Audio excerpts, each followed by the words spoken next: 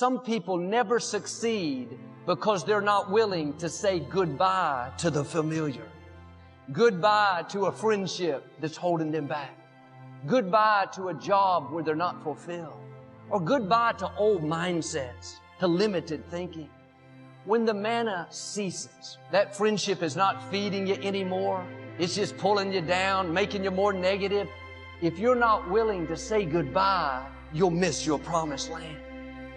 When you know you're supposed to take a step of faith and teach that class, start your business, write that book, move into that new neighborhood, don't stay where it's comfortable.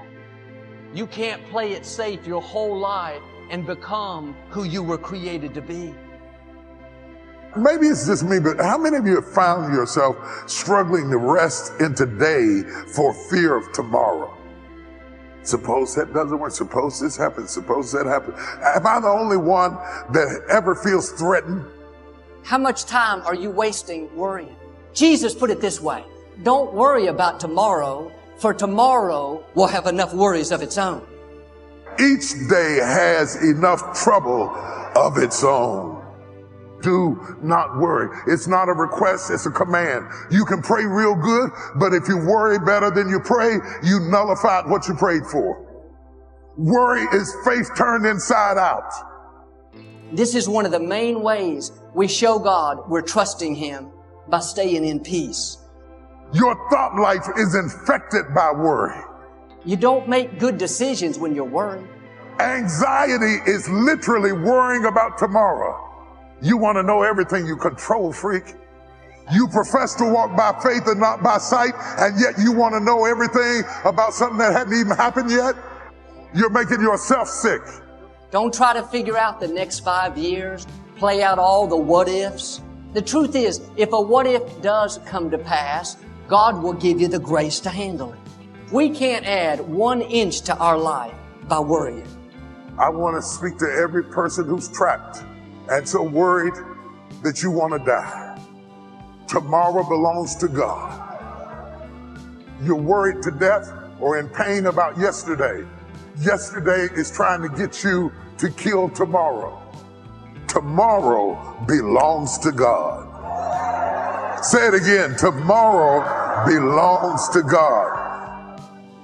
God never promised that He would keep us from difficulties, but He did say He would give us peace in the midst of the storms.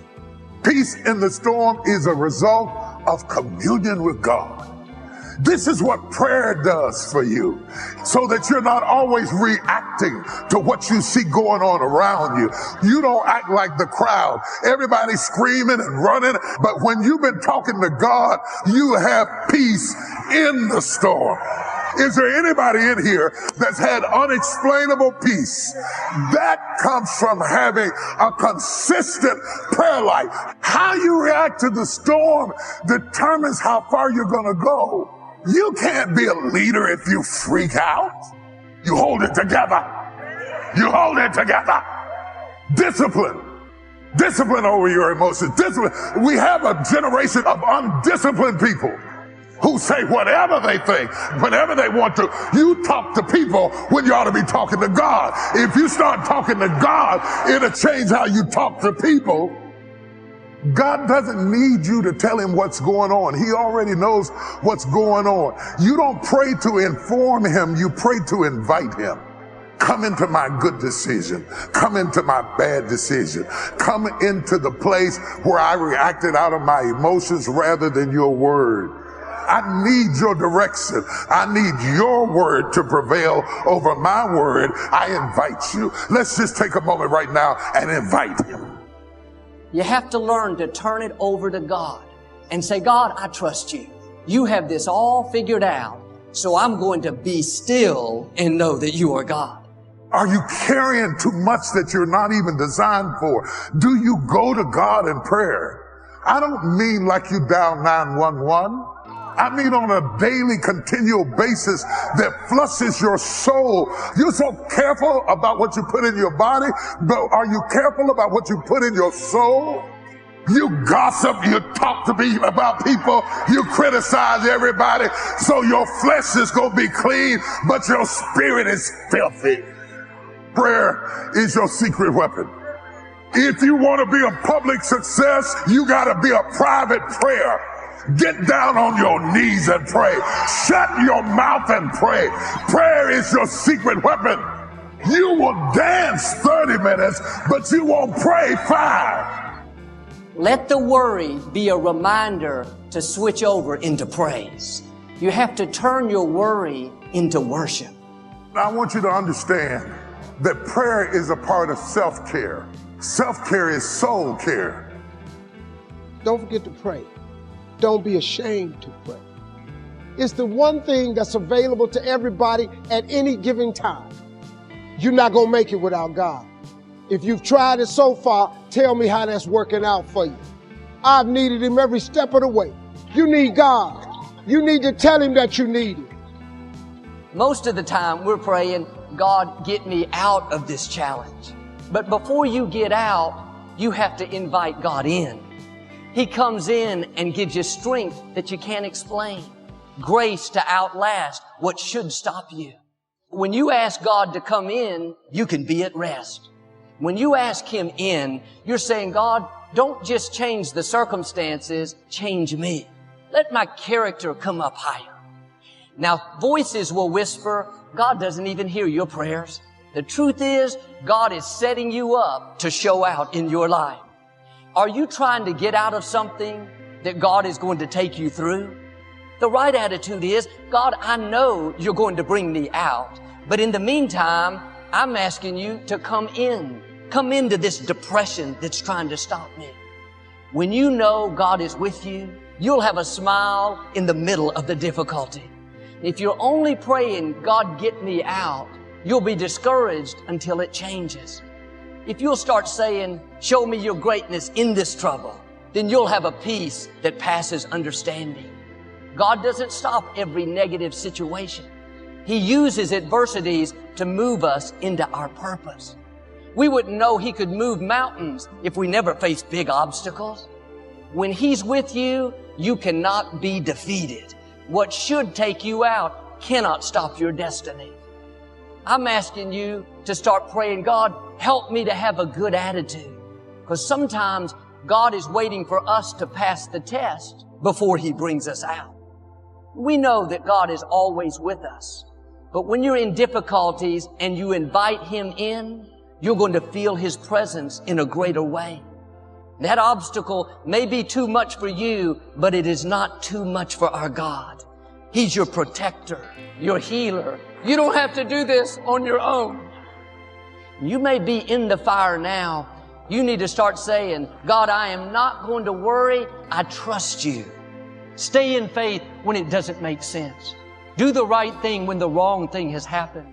If you only knew what God is going to do, you'd stay in peace. You would believe big. You'd get rid of the guilt. You'd stir your faith up and start dreaming again. Start believing again. Here's key number 4. Decide not to be perfect. You say, what? I said, decide not to be perfect. One way to make sure you're negative is always trying to be perfect. Because you know what? You're always going to notice you're not. Because you're this thing called a human being.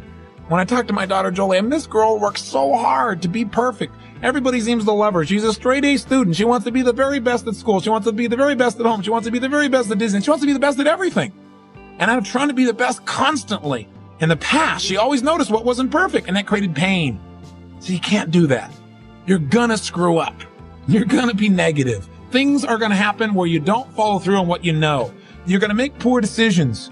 You're gonna say things you shouldn't say, do things you shouldn't do, mess up like you shouldn't mess up. But you know what? When that happens, instead of being negative and beating yourself up and saying, boy, here's another example of me sabotaging myself, decide what you do want. And say, you know, I'm not perfect, but I am good. And what makes me good and what makes me great and what can make me excellent is as soon as I notice I'm not on track, I correct it and I get better. Your goal each day is to get better, not to be perfect. And that's all anyone can ask of you. If every day you really try and contribute more, be more, and do more than you were slightly the day before, that's all anybody can ask. And if you know you're going to screw up and you don't make it a catastrophe, it's easier to bounce right back up. See, the only way you fail is if you quit. But if you learn something and you expand from it and you make some new decisions that enhance your life and the people you care about, then there is no failure. Don't try to be perfect because you'll never succeed.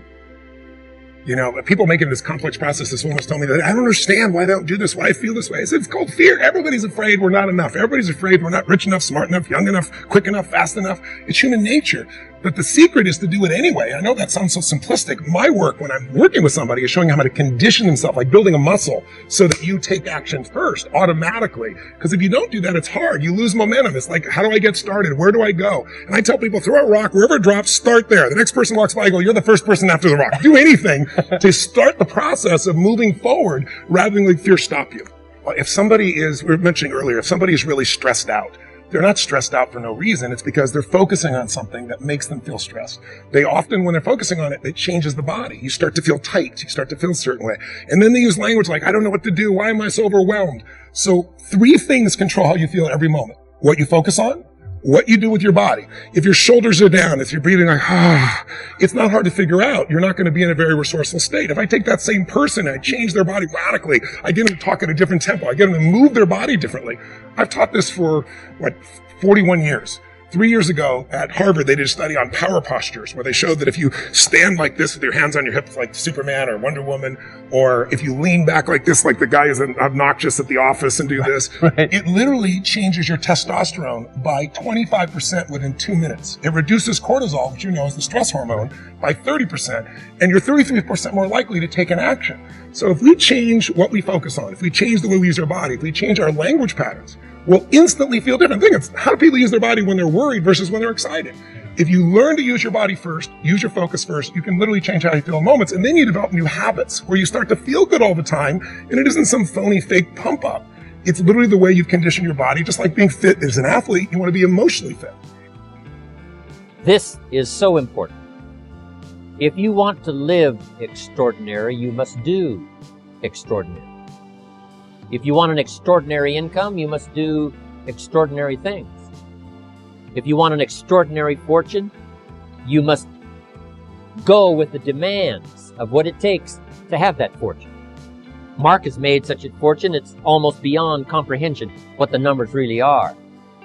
But guess what he has the satisfaction of knowing? He earned it all. If he'd have been lax in the performance, Herbalife would not be here these 18 years later. Herbalife would have been a footnote in multi-level history. But because he performed year after year, the 3rd year and the 5th year, and the 7th year and the 10th year, and the 12th year and the 15th year, and now performing well in the 18th year, I'm telling you, that's what makes it such a viable fortune for Mark personally, of course, because he did the job.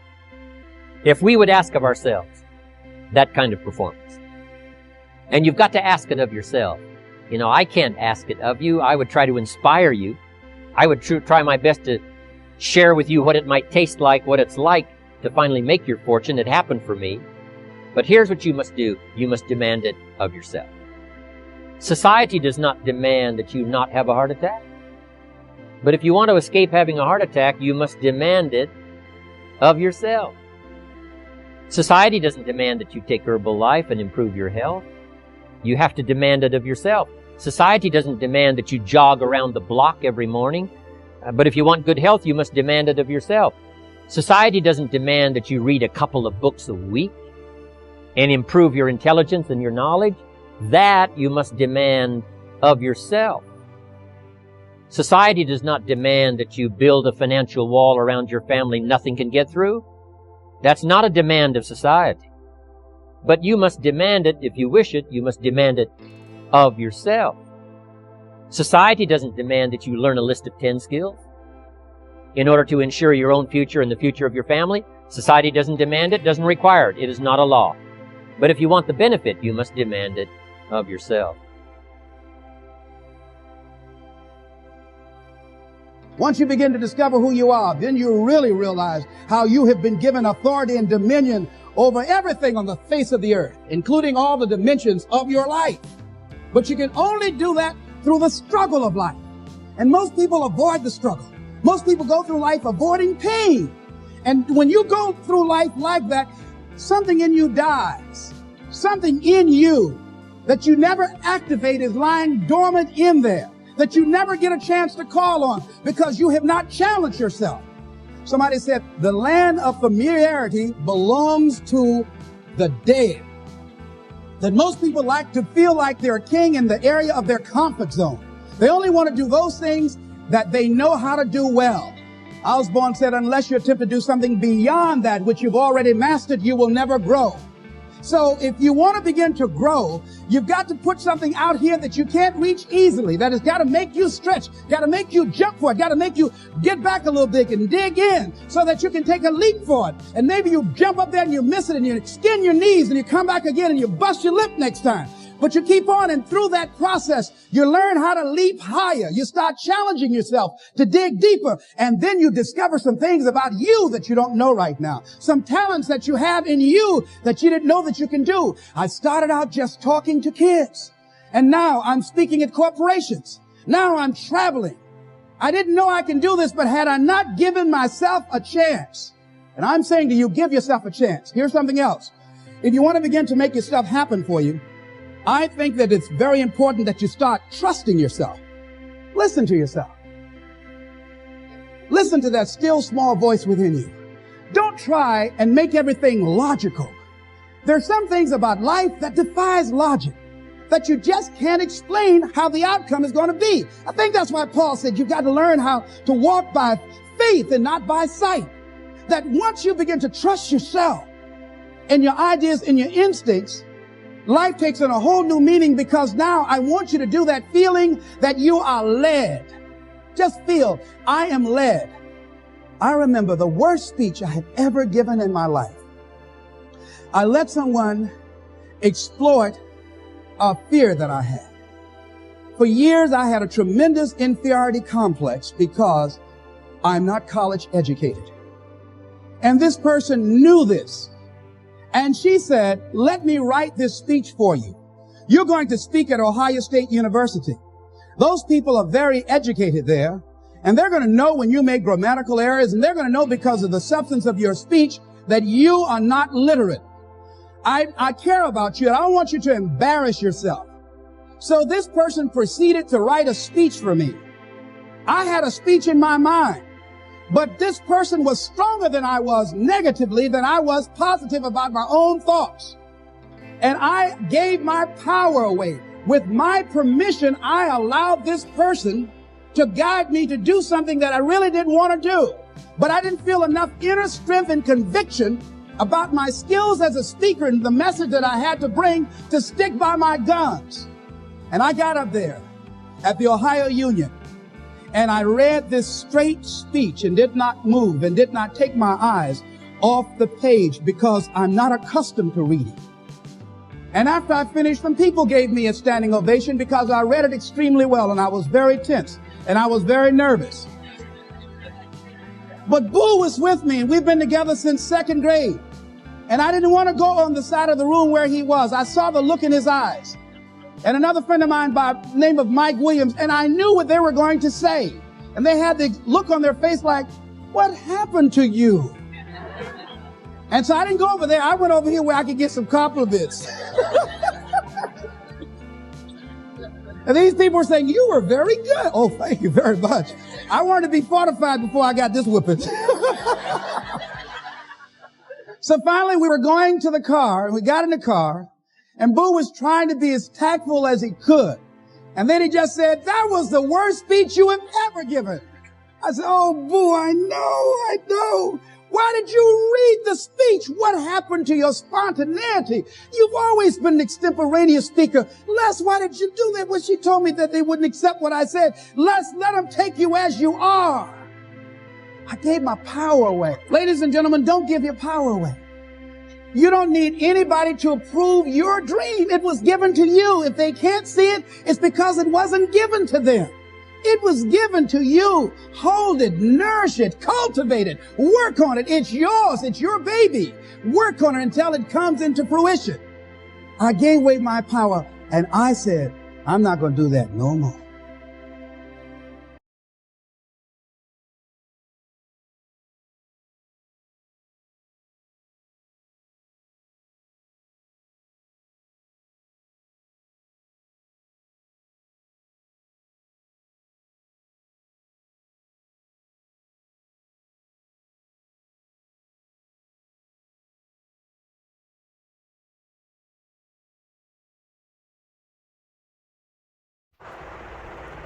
That's pretty much the clicker. After I will could not. I could dealt with the car. I could have dealt with the house. But when that chick came to the front door and I look at her, I said, I got to quit this job because that I was not what I had.